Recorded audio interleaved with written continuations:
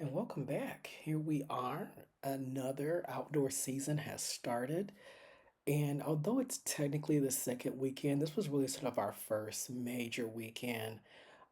We're going to have an even bigger weekend coming up, but we had a lot of athletes debut that put up some impressive performances. And specifically in today, we're going to talk about the top five performances this weekend on both men and women's side.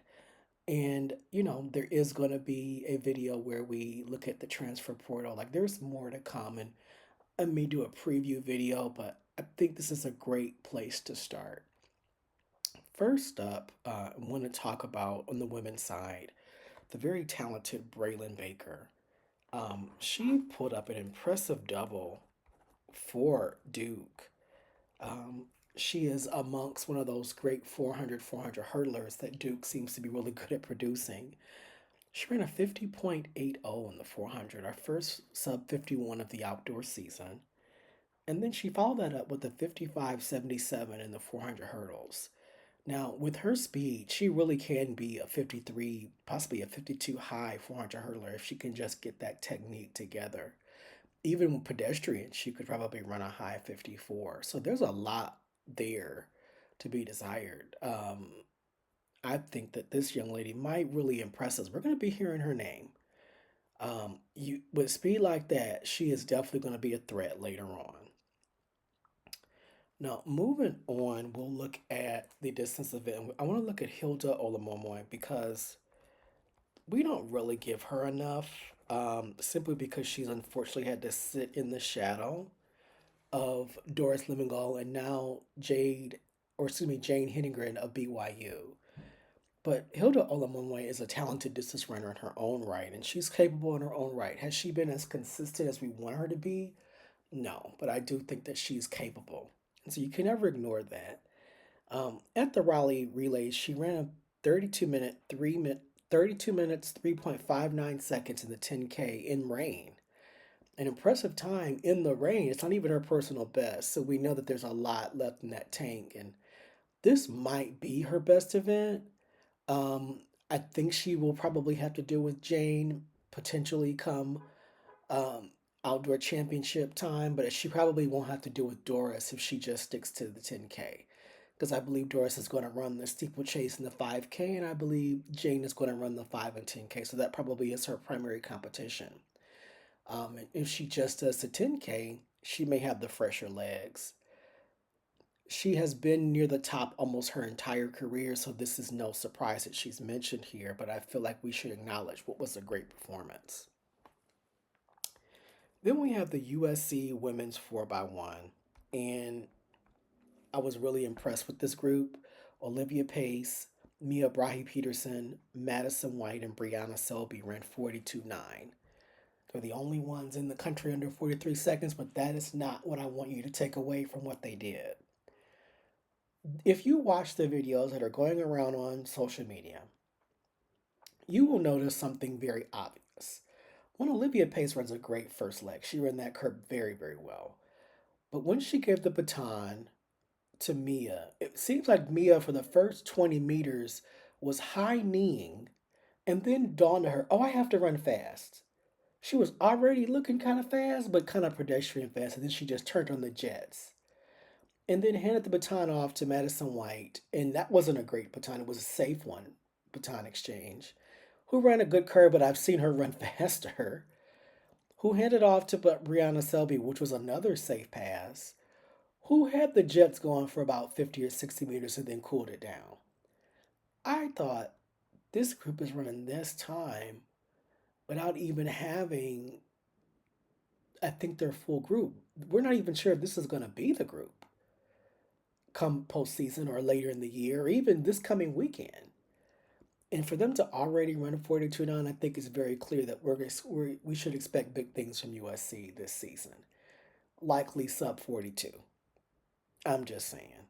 I was blown away. I was truly impressed with that mark, with how pedestrian those handoffs were.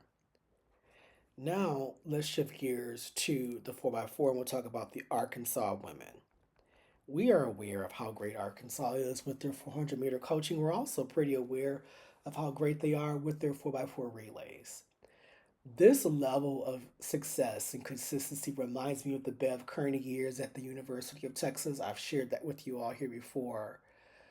Um, this is just a very dominant program when it comes to this event, and they kind of proved it. 3:22:06 to open up the season, and they won the race by over 8 seconds um, for the collegiate competition, and they're one of only two programs under sub 3:30 this year outdoors, and they're running times like this. Are they probably going to go under sub 3:20 again this season? I think so.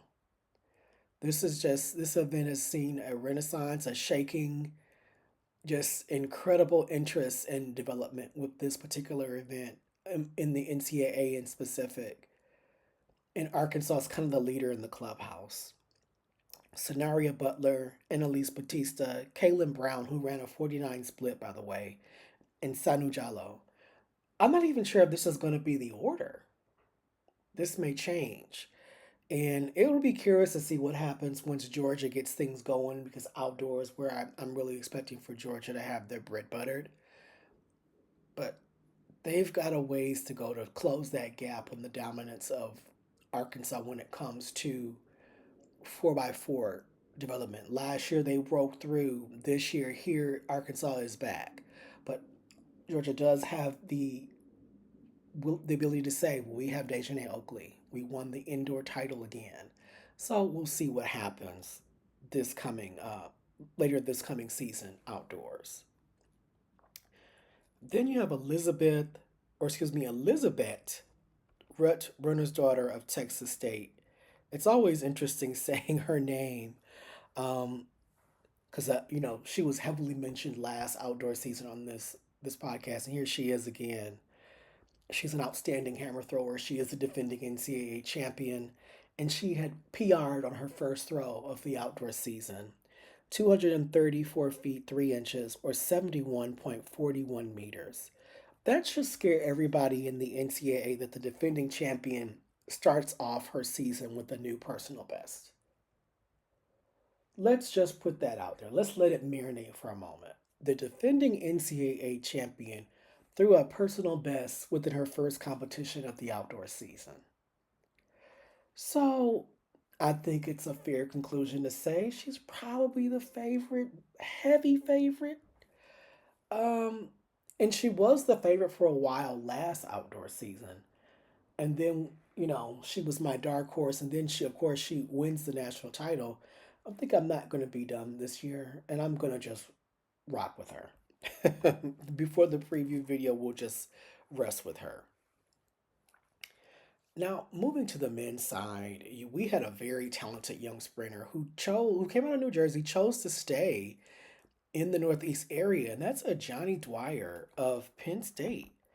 I remember seeing him in high school and thinking, I really hope he goes to Florida or goes to South Carolina, or I wonder if he would go to LSU, something like that. Nope, chose to stay in the Northeast and attend Penn State, and that's kind of worked well for him. He's been an excellent sprinter there. He developed well. He's setting all types of records, and he debuted with a 9.96 in the 100-meter dash. Yes, it was slightly wind aided, 2.2. We know the allowable was 2.0. But what that also tells us is that that's barely wind aided, which means that those are 9.9 legs at the end of March.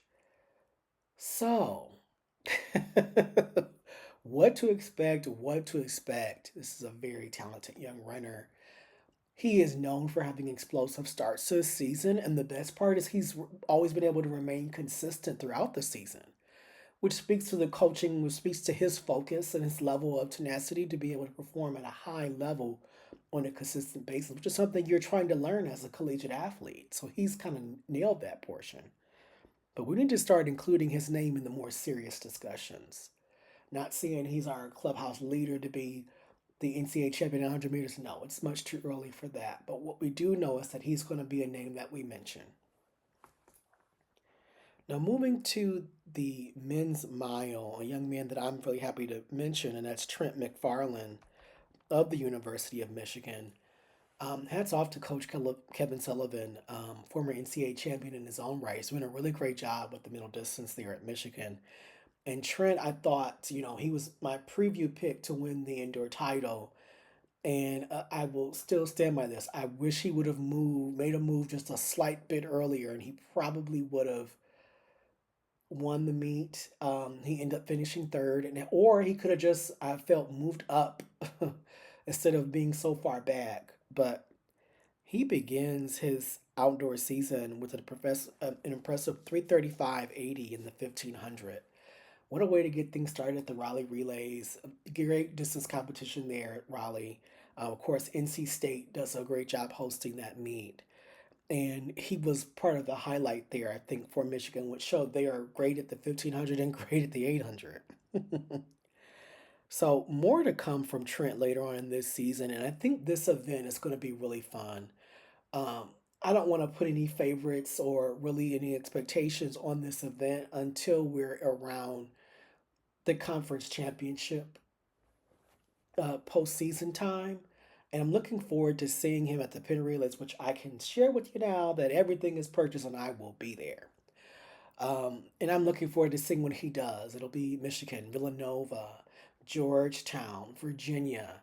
So we're looking at, what should be a great distance races there, specifically in the 4 by mile, the DMR, and the 4 by 8. Now, moving to back to the relays, we'll look at Texas Tech's men's 4 by one. We're fully aware of how well this program has been developing over the past couple of years. They've got an indoor title. They've been able to produce champions. They're recruiting at a high level. To me, they've kind of taken on the moniker as the preeminent short sprint program of the state of Texas, taking it away from TCU, taking it away from Texas, taking it away from Texas A&M, Baylor even. It's really kind of been Texas Tech. And they proved that this weekend. They clocked a 38:53, which, is going to be converted down because it's at altitude, but still 38:53. And similar to that of USC, those handoffs were so pedestrian. Specifically, the last one, I thought they're going to run 37. And that's what's really needed if we're going to be very honest. Since Florida broke that NCAA record and then it was broken again, it's clear that to me that the 37 mark is now the winning mark. We're now there. If you want to be an NCAA champion, you need to be running sub 38. That just blows my mind. But for them to already have a 38.5 and it be the end of March is impressive. And it's even more impressive because we know the time could have been lowered had they had not only better competition, but had they had better exchanges. So we know that there's still more in the tank for the Texas Tech Red Raiders. And it should be exciting to see what they will do this coming season. Now, moving to from one champion to another, let's talk about Tarik Robinson O'Hagan, who began his outdoor season. I don't know if he felt like he wanted to make a statement. I'm like, dude, you already got NCAA titles. We know who you are. You don't have to make any statements. Or that's just maybe just how he shows up. He claimed not only the shot put, but the hammer throw this weekend, winning both in NCAA leading marks. His shot put mark was 67 feet, even 20.42 meters, and his hammer throw was 254 feet 8 inches, a personal best, at 77.62 meters. I enjoy talking about Tarik because he is a gamer. He shows up. He really has championship level pedigree on a regular basis. That man is not afraid of big competition. The only way in which you're going to beat him is if you just so happen to either perform at a personal best or you might on the rare luck chance. And I'm looking at Ryan Johnson in the weight throw from Iowa. Just be better at him at that event. But I don't think there's any question that anyone doubts that he is in great position to perform not only well in the shot put but also in the hammer throw. Looking forward to what he does later this season. And our last event we'll talk about on the men's side is another thrower. Throwers had a great weekend. It's Jordan Davis, who transferred from South Connecticut State. Um, to the University of Georgia. He is the defending NCAA champion, and he's beginning his outdoor season in the javelin the right way. 263 feet, 8 inches, or 80.38 meters. Transferring from Southern Connecticut State, and this is another example of the transfer portal not only working well for the athlete, but also working well for the school. And yes, he was a defending champion at the school he was, but he wanted access to the bigger competition, to the bigger name, to probably some NIL money, which I'm not going to knock an athlete for. But he's an example of it working out just so well. And 263 feet, 8 inches to start your season is really good, really strong. Again, it's the end of March. And by the time you listen to this video, it'll still be the end of March. This coming weekend, we have, the Florida relays, the Texas relays, and the Battle of the Bayou, and I'll have a little comment on that in a moment. But are we looking at a chance for him to even prove upon that? Because he's going to go up against the great javelin throwers at University of Florida. The throws look really hot this year. It's just, if you're a fan of track and field like me, of all the events, and you love watching the competition, we're getting a feast early. For us to have this level of performances, this many, this early, that's a really positive sign for the remainder portion of the season. The outdoor season isn't like the indoor where every weekend you're watching with bated breath. There will be stretches of light weeks, but that's needed because they've had such a busy indoor season. The outdoor season, oftentimes there's a chill and then there's a bang, and there's another chill and then there's another bang. So Jordan Davis, thank you for that great performance in the javelin. I want to see what else you can do against some even tougher competition this weekend. And to those who are listening, this should be a great weekend coming up. Again, Florida relays, Battle with the Bayou, and the Texas relays are the three big meets. There are several others because the Oregon relays are also going on. But those three meets in particular are really going to put all the scrutiny on themselves. Um, I am from an older time. I'm 39 years old, graduated high school in 2004, college in 2008. And I have grown to really dislike seeing the Florida relays and the Texas relays on the same weekend. The Texas relays video on this channel was during one of those rare moments where the Florida relays came after the Texas relays. And I really feel like the Texas relays missed an opportunity to really kind of own a weekend again. Um, Seeing this many teams spread out, to me, kind of weakened some of the meets. I liked it when the Texas relays was full of so much college competition. The same way with the Penn relays. You look at Go back further on my channel, you'll see back when the Oregon teams, when they had really great sprinters, were running at the Penn relays, and you'll see a video of Ariana Washington anchoring that 4x1, and that was a great competition. And having the Battle of the Bayou also weakens the Florida relays. I mean, that also means no LSU, the Texas relays, so we don't get that LSU Houston energy that had been so popular. Um, I know this is just one season, and things have to change. There has to be growth, and change can be uncomfortable. But my hope is that when these schools sit down to draw out their schedules, that it doesn't become a competition of, well, let's host our meet the same weekend as theirs to draw some competitors away. There should be some major meets. There really should be. I don't think we can really handle 4 and 5 in a weekend. I think one or two is enough. Um, Again, I'm really disappointed to see LSU not at the Texas relays. I'm so used to that. And that was a highlight for me. I mean, when I went there in 2022 to the Texas relays, what a great meet that was. But disappointed to see that, at least this year, we won't have that. All right. And so those are my thoughts. Thank you always for listening. Please like, share, comment. As you can see, I do enjoy conversing with all of you. Please subscribe.